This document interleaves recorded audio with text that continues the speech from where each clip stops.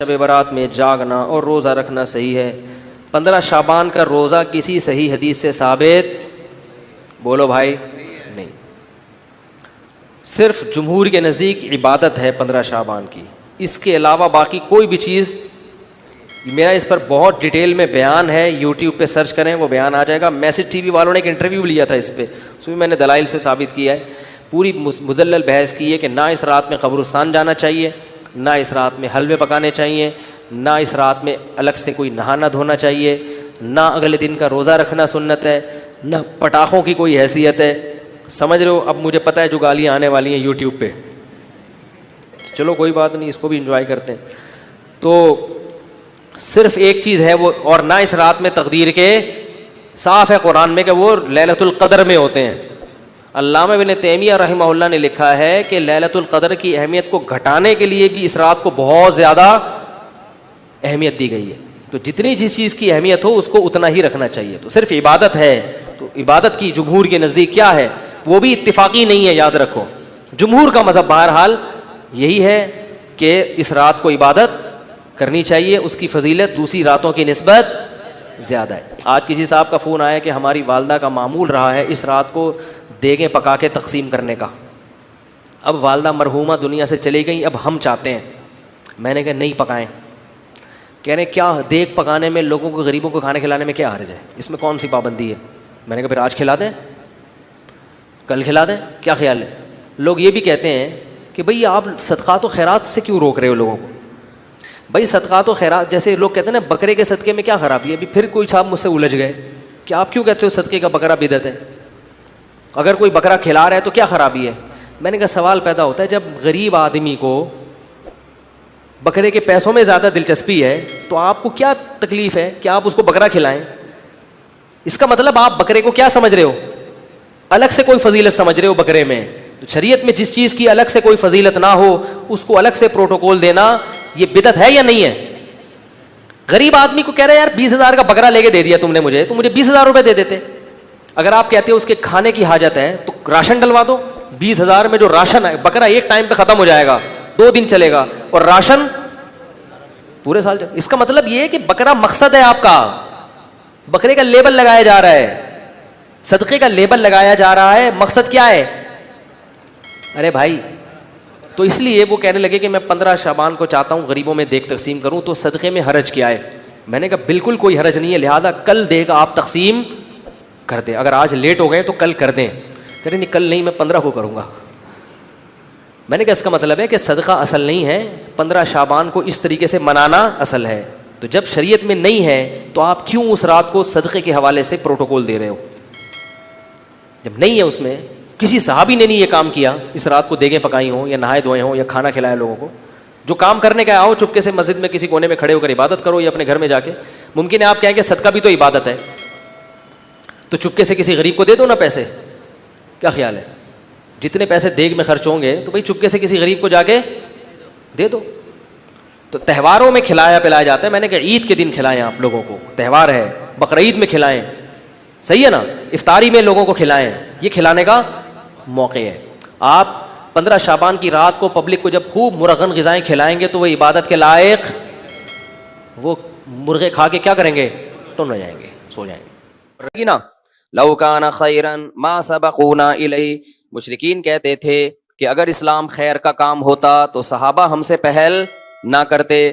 ہم کیا کہتے ہیں بھائی، کوئی بھی خیر کا کام ہوگا تو ہم سے پہلے صحابہ نے کیا ہوگا. تبھی ہم کہتے ہیں بھائی مردوں کے ایصال ثواب کے لیے اجتماعی قرآن خوانیاں مت کیا کرو. حضرت ابو بکر کا انتقال ہوا، کبھی دیکھا حضرت عمر نے تمبو لگایا، دیگیں پکائیں اور سارے صحابہ کو بلایا، چل بھائی تو پہلا پارا، تو دوسرا پالا، تو تیسرا پارا. کبھی دیکھا آپ نے کسی نے؟ کوئی ضعیف روایت ہے اس بارے میں؟ کوئی دیگوں کے ڈھکن کہیں نہیں ملا ہوگا نا آپ کو. یا اس زمانے میں دیگیں نہیں ہوتی تو کچھ تو ہوتا تھا نا، کسی میں تو کچھ پکتا ہوگا. حضرت علی کی شہادت ہوئی، سیدنا عثمان کی شہادت ہوئی، کوئی برسی ہوئی؟ بولو نا کیا ہو گیا بھائی جان، چپ کیوں بیٹھے ہو؟ کوئی برسی ہمیں ملتی ہے صحابہ کے دور میں کہ فلانے کی حضرت عمر کی برسی منائی ہو یا حضرت عثمان کی منائی ہو یا کسی نے کسی کی ابا کی منائی ہو، اماں کی منائی ہو. یادگار کے لیے تصویریں رکھنا بزرگوں کی گھر میں آج لوگوں نے اپنے پیر صاحب کی تصویر لٹکائی ہوئی ہوتی ہے. سب سے بڑے پیر تو محمد صلی اللہ علیہ وسلم تھے, اور تصویر سازی کا فن اس وقت عروج پر تھا.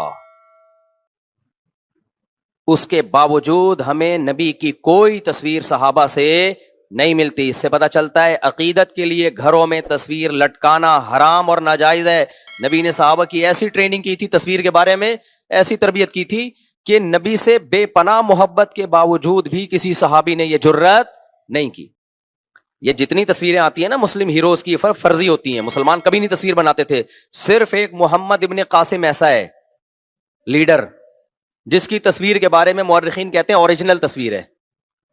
داڑھی اس کی پوری تھی, لیکن اگر تصویر میں داڑھی کم آ رہی ہے تو غلط ہے.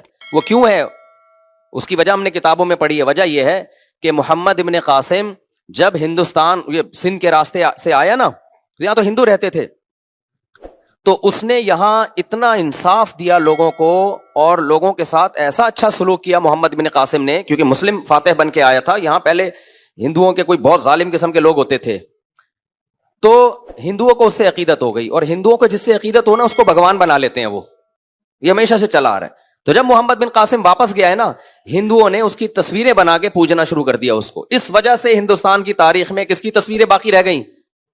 محمد بن قاسم کی. ظاہر ہے اس میں تبدیلی آئی ہوگی, میں نہیں کہہ رہا ایگزیکٹ وہی ہے, لیکن ہمیں محمد بن قاسم کی ہندوستان میں تصویریں ملتی ہیں. وجہ اس کی ہے کہ ہندوؤں کے ساتھ اس نے اتنا اچھا سلوک کیا, اتنا اچھا سلوک کیا. یہ تو اب تاریخ کو نا مسخ کیا جا رہا ہے ایک پروپیگنڈے کے تحت. محمد بن قاسم کو ڈاکو بنا کے پیش کیا جا رہا ہے, اور اس کو ظالم بنا کے پیش کیا جا رہا ہے. اب تاریخ کیا ہو رہی ہے, مسخ, چینج, تاکہ جو مسلم ہیروز تھے جن کے دنیا میں بڑے کارنامے, اور اس میں ہمارے کچھ مسلم اسکالر بھی ہیں جو لیبل اسلام کا لگاتے ہیں, کام سارا وہی کر رہے ہیں جو سیکولر لوگوں کا کام ہے. سمجھتے ہو کہ نہیں سمجھتے ہو؟ تو اس سے بھی پتہ چلتا ہے بھائی, گھروں میں بزرگوں کی, باپ دادا کی تصویریں بولو مت لگائے کرو.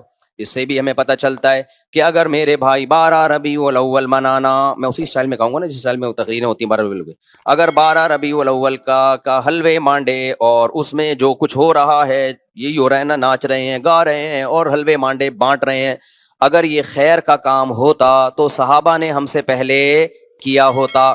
پوری اسلامی تاریخ اٹھا کے دیکھ لو, صحابہ, تابعین, تابع تابعین, چاروں ائمہ, مجتہدین, امام بخاری, امام مسلم, امام ابو داؤد, جتنے محدثین فقہا گزرے ہیں, کہیں بھی ہمیں اس کا 12 ربیع الاول ان کی زندگی میں آیا اور کچھ بھی انہوں نے کیا ہو, اس کا بھی ثبوت نہیں ملتا. کچھ بھی نہیں. ان کی زندگی میں جو حیثیت 11 تاریخ کی تھی وہی کیسی تھی, وہی 12 کی تھی, اور وہی 13 کی تھی. فقہی کتابوں میں جو اسلامک لا لکھا ہوتا ہے نا صدیوں سے, اس میں 12 تاریخ کا کوئی ایک حکم بھی الگ سے بیان نہیں کیا گیا کہ اس دن یہ کرنا زیادہ ثواب. حتیٰ کہ اس دن درود شریف کثرت سے پڑھنا بھی زیادہ ثواب نہیں ہے, عام دنوں کے جیسے ثواب ہے. جمعے کے بارے میں آتا ہے حدیث میں کہ درود شریف پڑھنے کا ثواب, صحیح حدیث صحیح ہے. ابے جمعے کے بارے میں آتا ہے کہ درود شریف پڑھنے کا ثواب جمعے کے دن عام دنوں سے زیادہ, جبکہ نبی کی پیدائش کا دن جمعہ تھا یا پیر تھا؟ پیر. لیکن ثواب کس دن زیادہ رکھا؟ جمعے کا. اسی وجہ سے ہم نے بہت سارے علماء کو دیکھا ہے جمعے کے دن عصر سے مغرب تک درود ہی پڑھتے ہیں, وہ درود شریف پڑھتے ہیں وہ, یا اور کسی بھی ٹائم پہ درود شریف کی کثرت کرتے ہیں. تو حالانکہ پیدائش کس دن ہوئی ہے نبی کی؟ پیر کے دن ہوئی ہے. پیر کے دن آپ نے نہیں فرمایا کہ درود شریف کا ثواب زیادہ ملتا ہے. تو میرے بھائی اپنے آپ کو پابند کرو قرآن و سنت کی وہ تشریح جو صحابہ. تو 12 ربیع الاول کے حلوے مانڈے ہمیں کہیں بھی نہیں ملتے, اور نہ یہ عرس قوالی. صحابہ کے دور کے کسی مشہور قوال کا نام تو بتاؤ ہے بھائی, کوئی صحابہ کے دور میں کوئی بہت مشہور قوال ہو جن کی قوالی سننے کے لیے صحابہ کرام جایا کرتے. کوئی عرس ہوا صحابی کے دور میں ہے بھائی؟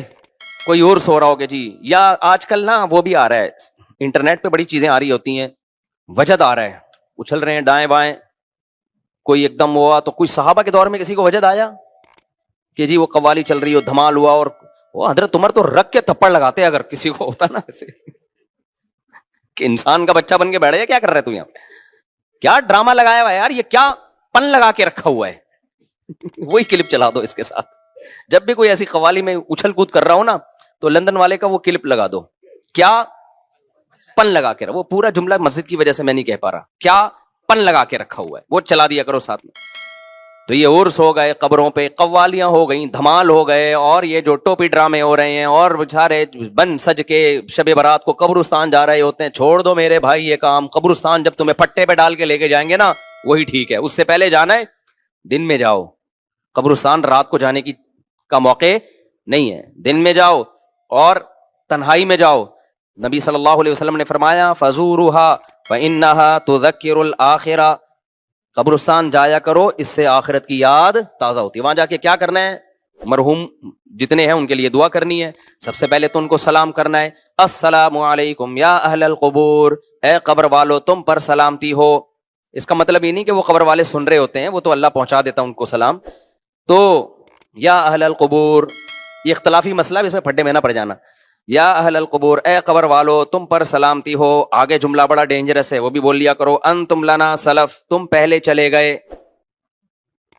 ونحن وإنا انشاء اللہ بکم لاحقون، اور ونحن بکم خلف، اور ہم تمہارے بعد آنے والے ہیں. وإنا انشاء اللہ بکم لاحقون، اللہ نے چاہا تو عن قریب ہم بھی یہیں پہنچنے والے ہیں.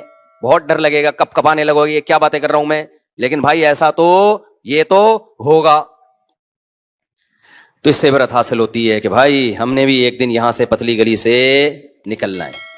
تو یہ کام کیا کرو قبرستان میں جا کے. اور یہ جتھے بنا کے جانے میں، جتھوں میں تو کیا ہوتا ہے، گپیں لگ رہی ہوتی ہیں، اور سنا یار یہ گھڑی کہاں سے خریدی، موبائل وہی پرانا چل رہا ہے، ابھی تو نیا آ چکا ہے. تو کیا عبرت حاصل ہوگی میرے بھائی. اور زیادہ عبرت حاصل کروانی ہے تو کوئی بندہ پیچھے بٹھا دو. جب آپ جاؤ نا بولو السلام علیکم یا اہل القبور، واپس وہاں سے آواز آئے وعلیکم السلام بھائی عبد الغفور. پھر جو عبرت حاصل ہوگی انشاءاللہ سارے صغیرہ کبیرہ گناہ سے توبہ کی ہمیشہ توفیق مل جائے گی، کیونکہ آپ کو لگے گا کہ قبر سے رپلائے آ گیا ہے. پھر تو ایسا انسان کے بچے بنو گے نا ساری زندگی. تو خیر یہ آیت یاد رکھیں، جتنی بدعتیں ہیں تو سب اسی میں داخل ہیں. تو چھوڑ دو ان بدعتوں کو میرے بھائی. سیدھا سیدھا صاف ستھرا ملت بیضاء جو اللہ اس کے رسول نے ہمیں دیا ہے، صاف ستھرا دین. تو جو نبی صلی اللہ علیہ وسلم اور صحابہ سے منقول ہے، یہ محرم میں بھی یہی ہے.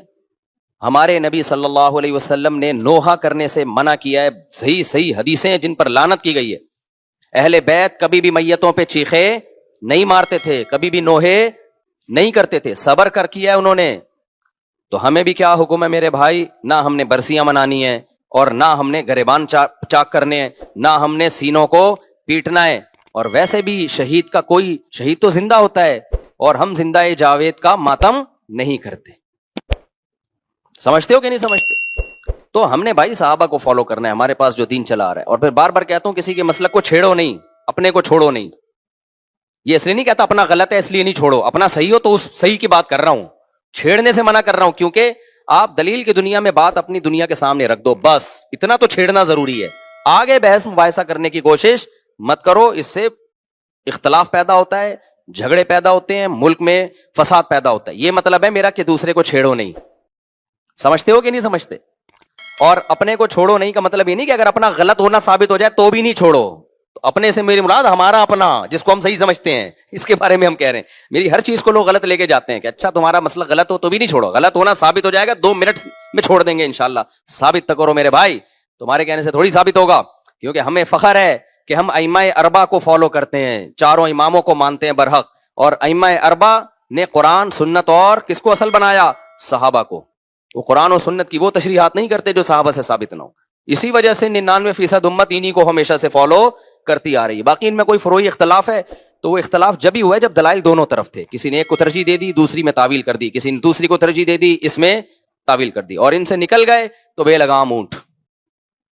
دیر آگے ہر شخص ایک نیا فرقہ ہے، ہر آدمی کا قرآن حدیث دوسرے سے الگ. اور آگے جو نسلیں برباد ہوں گی، کوئی مرتب لا ہی نہیں ہے، کوئی مرتب فقہ ہی نہیں ہے، کوئی A to Z مسائل کی کوئی ایک کتاب ہی نہیں ہے. تو کیا پھر اس مفتی سے پوچھو وہ کچھ، ادھر سے پوچھو وہ کچھ، ادھر سے پوچھو وہ کچھ، تو برباد ہو جائے گی پھر تو امت بھائی. تو کوئی مرتب چیز ہوگی تو اس کو فالو کیا جائے گا نا. کوئی مرتب لا ہی نہیں ہے تو کہاں سے فالو کیا جائے گا اس کو. چلیں بھائی ہم آگے چلتے ہیں. یہ آیت ہو گئی. تو خلاصہ کیا نکلا بھائی؟ یہ حلوے مانڈے اور یہ محرم میں جو کچھ ہو رہا ہے، جو کر رہے ہیں ان کو کرنے دو، چھیڑو نہیں. لیکن جب ہم سے کوئی پوچھے کہ کیوں نہیں کر رہے، ہم کہیں گے بھائی ہم کس کو مانتے ہیں؟ صحابہ کو. صحابہ نے نہیں کیا، ہم بھی نہیں کریں. یہاں بعض لوگ دلیل دیتے ہیں کہ صحابہ نے تو مدرسے بھی نہیں بنائے، صحابہ کے ہاں تو بخاری کا گھنٹہ بھی نہیں ہوتا تھا، ترمذی کا گھنٹہ بھی نہیں ہوتا تھا، ہدایہ کے پیریڈ بھی نہیں ہوتے تھے. اور بھائی جان کچھ چیزوں کا تعلق مینجمنٹ سے ہوتا ہے, سمجھتے ہو. مدرسہ صحابہ کے ہاں بھی تھا, اصحاب صفہ مدرسہ تھا نا. تو نظم کسی چیز کا بنانا, اس میں ثبوت کی ضرورت نہیں ہوتی, وہ ہر شخص کا اپنا نظم, ہر مدرسے کا اپنا نظم ہوتا ہے, سمجھ رہے ہو. پہلا پیریڈ کسی کے ہاں بخاری کا ہوگا, دوسرا ترمذی کا, کسی کے ہاں پہلا ترمذی کا ہوگا, دوسرا بخاری کا, کسی کے ہاں 1 گھنٹے کا پیریڈ ہوتا ہے, کسی کے ہاں 45 منٹ کا ہوتا ہے, کسی کے ہاں دیسی سٹائل ہوتا ہے, پیریڈ سسٹم ہی نہیں ہوتا, سسٹم ہوتا ہے ان کے ہاں. خیر, تو یہ مینجمنٹ سے ان چیزوں کا تعلق ہے. اس کی مثال ہے جیسے گھڑی, اب ہم نے لگا دیا 8:30 بجے عشاء کی نماز ہوگی, کوئی کہ صحابہ کے دور میں تو گھڑیاں نہیں ہوتی تھیں. اب بھائی جان یہ سوال کیا ہے, تو گھڑی ایجاد ہی نہیں ہوتی تو ہوتی کہاں سے, جبکہ ربیع الاول تو صحابہ کے دور میں بھی تھا. یا تو آپ کہتے ہیں ربیع الاول ایجاد ہی ابو ہے, تو اس دور میں بھی تھا, اب بھی ہے. تو کچھ لوگ عجیب سے باتیں کر رہے ہوتے ہیں, کہتے ہیں اس دور میں گھڑیاں نہیں تھی تو گھڑی بھی, جہاز تھے کیا, تو جہاز بھی بدعت ہے. بھائی اس دور میں بھی سواری تھی, آج بھی کیا ہے, سواری ہے. سواری مقصد تھوڑی ہے, وہ تو ذریعہ مقصود ہے. تو نبی کے دور میں جہاز ہوتے تو آپ بھی جہاز میں ہی سفر کرتے. تو بدعت کا مطلب کسی چیز کو دین سمجھ کے کیا جائے, سمجھتے ہو.